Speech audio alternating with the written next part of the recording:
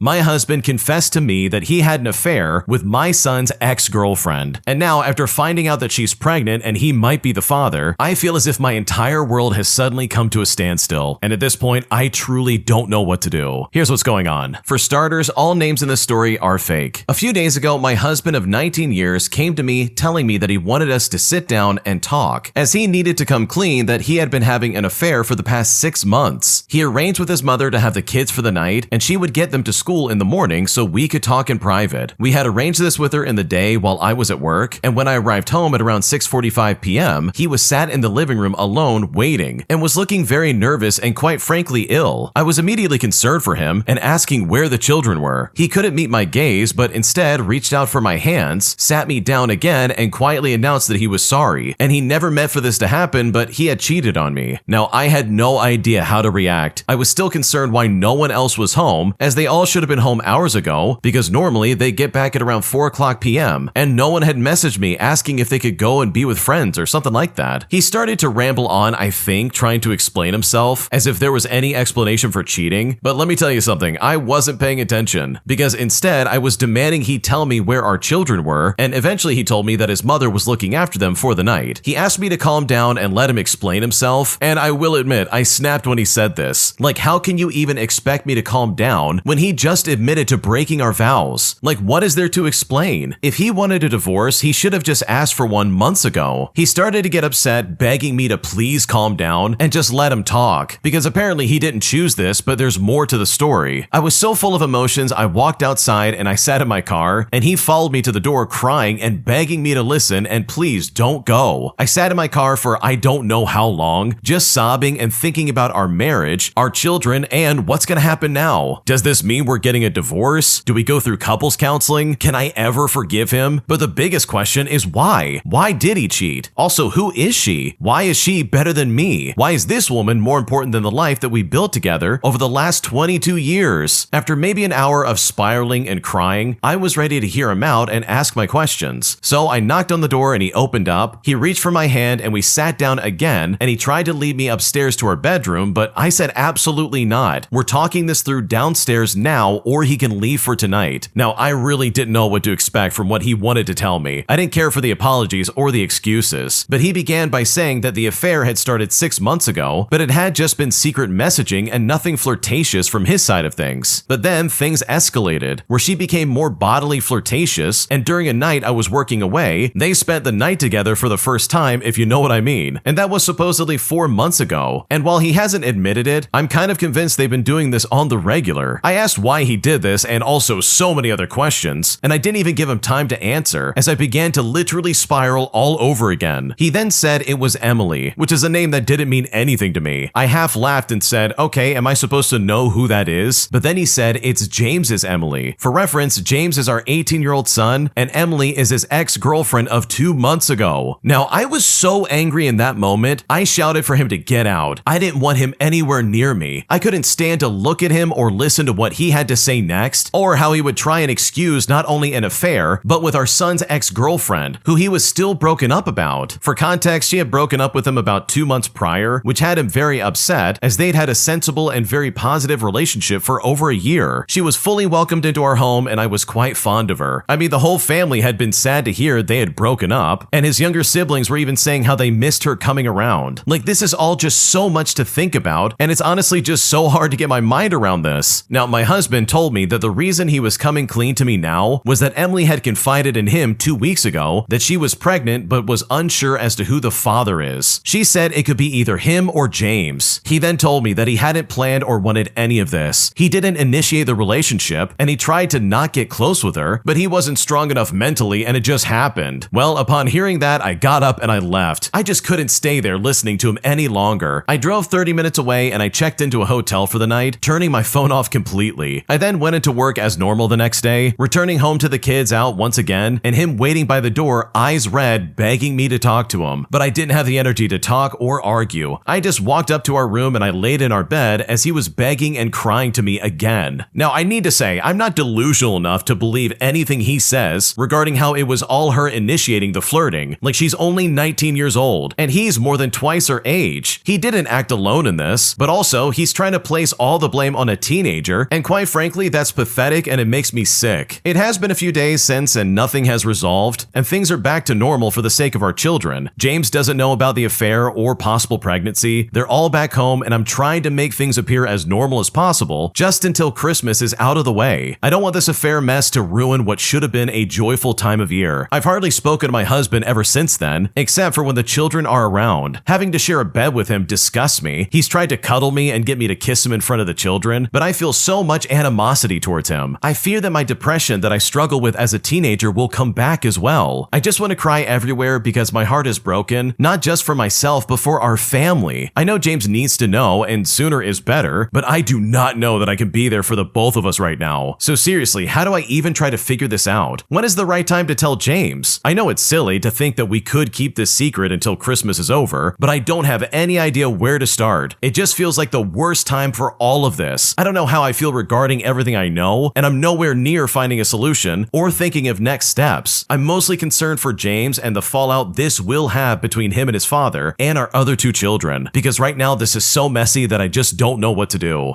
Okay, if I'm being completely honest, I'm totally speechless and I don't know what to say because this is crazy. This is literally crazy in like the most literal sense. I don't even know what to say. This is so terrible. First off, to the original poster, I am so sorry you're stuck in the middle of this. This is quite literally a nightmare. Like, I would be in absolute agony if this happened to me. So I can only imagine what your waking every single day moment must be right now. Like, holy crap, this is so bad and I'm so sorry you're going through this. I don't really have much to say in terms of like, this is what you should or shouldn't do because this is a very sketchy situation. Like, there are so many moving parts and like life-changing things that might happen. And in that regard, there's no way I'm going to chime in on something that could literally change your life. But I will say from my perspective, it seems like you're doing everything you can to keep it together. And that's got to be like the hardest thing in the world, just to sit there and try to keep a happy face for your kids and make sure they don't feel any kind of pressure during the Christmas season. So on that end, man, I'm sending you all the good vibes possible. This really, really sucks. But regardless, I hope this all works out for you in your favor. And I really hope you're able to find like the best solution possible for you and your kids, because your husband absolutely betrayed you. Like, there's no question about that. And you and your family definitely deserve the best. If you like Am I the Jerk, you're probably going to love Am I the Genius. Check it out, link down below in the description. Also, go to amithejerk.com/submit if you would like to submit your own stories.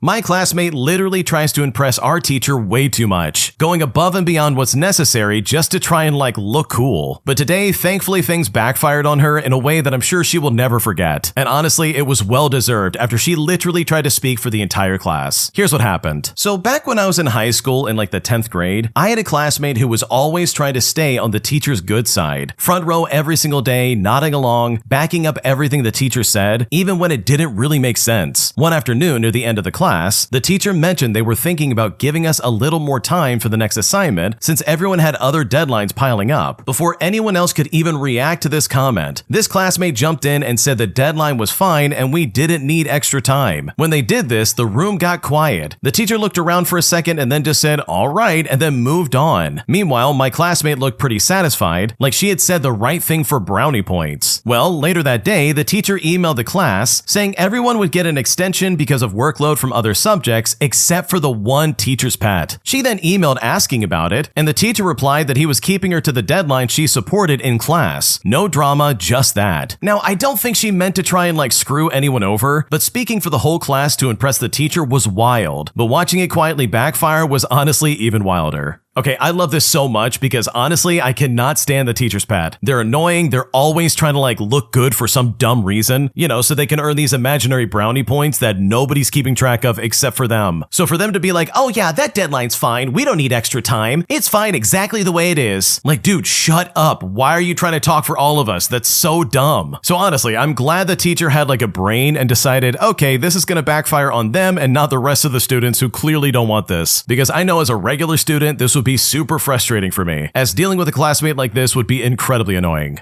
Today, an entitled worker at a game store literally caught an attitude with me after I asked a simple question, as she explained that my question could be answered through Google. And now I'm trying to get in contact with the store manager to complain about this lady because my experience was so negative, and I'm honestly not sure if I'm overreacting or not because this was really upsetting. Here's what happened. Okay, so I went to a local video game store looking for a game for my dad. I knew the one that I wanted, and in fact, I found it on the shelf. They had one copy on sale for $25 for the previous console generation, and one copy for $69 in the new console. I couldn't remember if my dad got himself the new console, but I knew he had the old one at one point. So I'm thinking that if the new console is backwards compatible, I can just get him the $25 version and save myself some money. And if not, then well, this is still the game he wants, and I'll just spend the $69 if I have to. It's not busy despite it being the Saturday before Christmas, so I don't feel bad popping up to the counter to ask whether the new console is backwards compatible. A very nice younger guy is standing there ready for me, and I get the impression that he's new, so let's just call him New Guy for the sake of the story. I say to him, "Hi there, can you tell me, do you know if the new console is backwards compatible?" I then show him the game. I'm just wondering if I can get away with buying this one since I'm not sure if my dad has the new console or not. The new guy frowns and says, "Sorry, I'm not really sure about that." But I just say to him, "No worries, it's fine." Behind him, a girl comes behind the counter and starts opening what I assume to be a new shipment. He then turns to her and asks her my question. She doesn't look up, but her tone is extremely smarmy and condescending. She says to him, "Yeah, the answer to that question is on Google. If you don't know how to do that, I can show you how." And when she said that, I'm stunned and the new guy looks embarrassed. I then just say, "Don't worry about it," and I go put my game back and just leave. I worked retail for a long time, I get it, but I couldn't help but think about this girl's answer in an empty store with a new guy who's just trying to figure out how to do his job. So I'm thinking, well, maybe I can call the store, talk to the manager, and just let him know about my experience. Maybe they can do some additional training. I mean, who knows? So I get in my car and I call the store. The new guy answers and I politely ask to speak to the store manager. He then says that they're on the other line and then asks me if he can put me on hold. And I just say, sure, no problem. I sit on hold for 5 minutes or so, and then lo and behold, the rude girl picks up again. And when she does, I just politely say that I'm waiting for the store manager. She then responds by saying, "The store manager? Well, I'm the assistant manager. I'm sure I can answer your question." I then respond back by saying, "No thanks, I'm happy to wait for the store manager." She then gives out a huff and comes back with, "Well, there's no store manager here today." But I respond back by saying, "Are you sure? Because the nice guy who answered my call said that he was on the other line, which is why I'm waiting." She then lets out another huff. She says to me, "There is no store manager here to talk to you." And she says it in a really snappy tone. So I just kind of give up and I tell her I'd rather just call corporate and then I just hang up. So seriously, am I overreacting here? Because I honestly am not sure what to do. Okay, in my opinion, I don't think it's necessarily the wrong thing to call the store and explain what happened. I think that's completely reasonable, especially if you had a negative experience, but there are way better ways to handle this in my opinion. Because this is one of those situations where it's like, oh, okay, well let's fight fire with fire. You want to sit there and be like, oh, I can Google that answer and you think I don't know how to use Google? Well then congratulations, I'm gonna make you walk me through how to use Google and make you look incredibly stupid. Because seriously, her response was so rude. There's no reason for her to talk to you or anybody else like that. And the fact that she's doing that in a customer-facing position, good lord, that would not only make me never go back to that store and just order online like everybody else, but it's also unnecessary to get that snappy and rude. I don't care what's going on in your life, just be normal, be neutral. So no, I don't think you're overreacting, and I think you're justified in calling and complaining. Because if she's gonna be passive-aggressive and make you look stupid, well then congratulations to her. You have every right to complain about her and possibly get her in trouble. My friend rearranged my entire room while I was gone, but now she's pissed off that I don't like it, and that instead I'm annoyed that she changed all my stuff around. Because right now I really am pissed off, and I'm seriously not sure what to do. Here's what's going on. Okay, so my family and I went out of town for the weekend, and my friend was house sitting for us since we have pets. She's done it before, and there were never any problems. So I trusted her to be in the house, but just not to completely take over my personal space. When I got back, I walked into my room, and my bed was pushed to a different wall, my dresser had been moved, my desk drawers were all reorganized, my clothing was rehung in a totally different order, and even my LED lights were rearranged. Literally nothing was where I left it. She left a note on my pillow that said, "Surprise! I wanted your room to feel more open and aesthetic. Hope you love it." But guess what? I didn't love it at all. My room is my safe space, and I keep things the way they are for a reason. I tried to be nice about it, and I told her that I appreciate the intention, but also it made me really uncomfortable that she went through my stuff and changed everything without asking me first. She then immediately got defensive and said that I was being ungrateful. She then kept bringing up how she spent hours fixing it and that she was just trying to help. Then she said I was too attached to objects and that I should be happy that someone cared enough to put in the effort. I tried explaining that it wasn't about how the room looked. It was the fact that she went through my personal drawers, my notebooks, accessories, literally everything. She said she didn't read anything and just moved stuff around, but that honestly didn't make me feel any better. On top of that, I can't find some of my personal items now, and she says that she has no idea what I'm talking about. So now she's upset and saying that she won't help me with anything ever again because apparently I made her feel stupid. Some of my mutual friends think that she crossed a major boundary, while others think that I overreacted and that she was just trying to do something nice. So now I'm wondering, was I wrong for not liking the surprise, or was she completely out of line? Because right now I don't know what to do.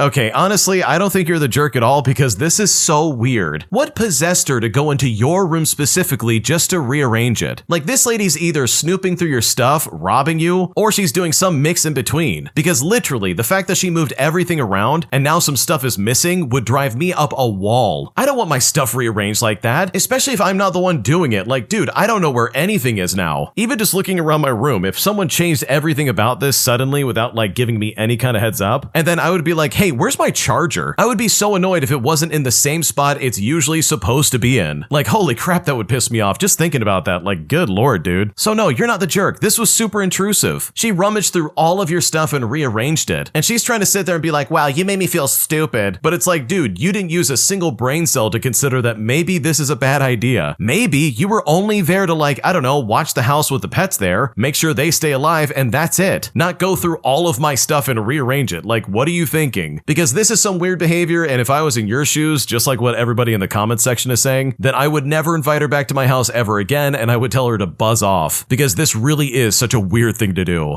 Am I the jerk for taking my kids and leaving a family Christmas party after we were literally told the wrong time to show up? Because after the fact, I'm somehow being blamed for not checking Facebook for the actual time, despite the fact that I don't have a Facebook account, and I was told a time 2 hours after the party started, putting me in a situation where I'm very pissed off and I just don't know what to do. Here's how it all went down. Okay, for starters, frankly, I'm just really tired, man. We were invited to my family's Christmas party this year, and the kids were excited to see their extended family. I asked what time it started, and I was told 6 o'clock p.m. So the wife and I got the kids all dressed up and nice for the party, and I made a platter of mac and cheese to bring with us. Plus, I got some extra cups and plates and things like that. I got everything together and we headed out. We then got there about 10 minutes to 6 o'clock and walked in. And much to our surprise, everyone had eaten, they had passed out gifts, and were ready to leave. We stood there for a bit and was like, what's going on? My dad then told me they actually started everything at 4 o'clock. I then proceeded to get mad and said, you told me 6 o'clock. To which he said, you didn't look at Facebook? And it's like, I don't have Facebook, so I just told him no. He then proceeded to tell me that it was my fault for not looking on there. And with that, I just took the kids and left. Well, I've been getting text messages all day from family members about how I shouldn't have left and now the kids didn't get their presents. And although I haven't responded, I'm honestly wondering, am I the jerk in this situation at all? Because right now I'm still very pissed off. No, you are not the jerk. This is some stupid behavior. You mean to tell me that no one in this family reached out to you and said, hey, where's the original poster? They're not here. They're normally here. What's going on? Like, they know for a fact you live 10 minutes away. It would not have been hard for you to show up. And someone obviously bought gifts for your kids. So it's like, okay, dude, like, why is nobody calling us and saying, hey, it actually starts at 4? And how is this your fault that you didn't check Facebook? You don't have Facebook. Like, they would know that because they do have Facebook. So why are you at fault for not checking his social media that you don't have? This is so backwards, and if I'm being completely honest, it seems intentional. Like, I would personally confront the person who told me 6 o'clock p.m. and be like, what is your problem? Why did you tell us the wrong time intentionally? Like, what are you doing? And then hash it out right then and there, because this is unacceptable. Like, this behavior would really piss me off, and there's no good excuse. So no, you're not the jerk. Your entire family failed you. And if they really wanted to get your kids these gifts, they would have made sure to give you the right time. Because as it stands, they basically let this happen, and that is unacceptable. Am I the jerk for pretending to quit my job just to get his attention about how he's disregarding my work schedule? Because right now he's pissed off and I'm not sure if I made a mistake. Here's how it all went down. So my husband and I have been together for 7 years and married for 3. I work remotely in finances for a foreign company, so my hours are from 4 o'clock p.m. until midnight 5 days a week. It's a good job that covers our rent and all my expenses. Also, I manage all of our family finances. The issue is that my husband and his friends constantly make dinner plans that conflict with my work. work, especially on Fridays, which are my busiest days, with strict deadlines and an 8 p.m. client meeting. I've explained this countless times, but they just ignore it. They could easily move things to Saturday when we're all free, but refuse to do so. And if I don't go, they guilt trip me for days. After yet another dismissive comment from my husband implying my job isn't important, I finally hit my limit. The next day, I pretended to slack off and play video games. And when he asked about it, I said that my job is so inconsequential, I decided to quit because the stress wasn't worth it. And when I said this, he freaked out. I kept up the charade, repeating that I don't get why he's upset if my job just doesn't matter. But eventually I came clean that I was lying, and now he's furious and went for a walk to cool off. Now, trust me, I get it. I know it was petty, but I'm so tired of my time being disrespected, especially after years of communicating directly to no avail. I felt I had to do something drastic to make it sink in how essential my job is and how hurtful the constant disregard is. So am I the jerk here? Because right now I don't know what to do.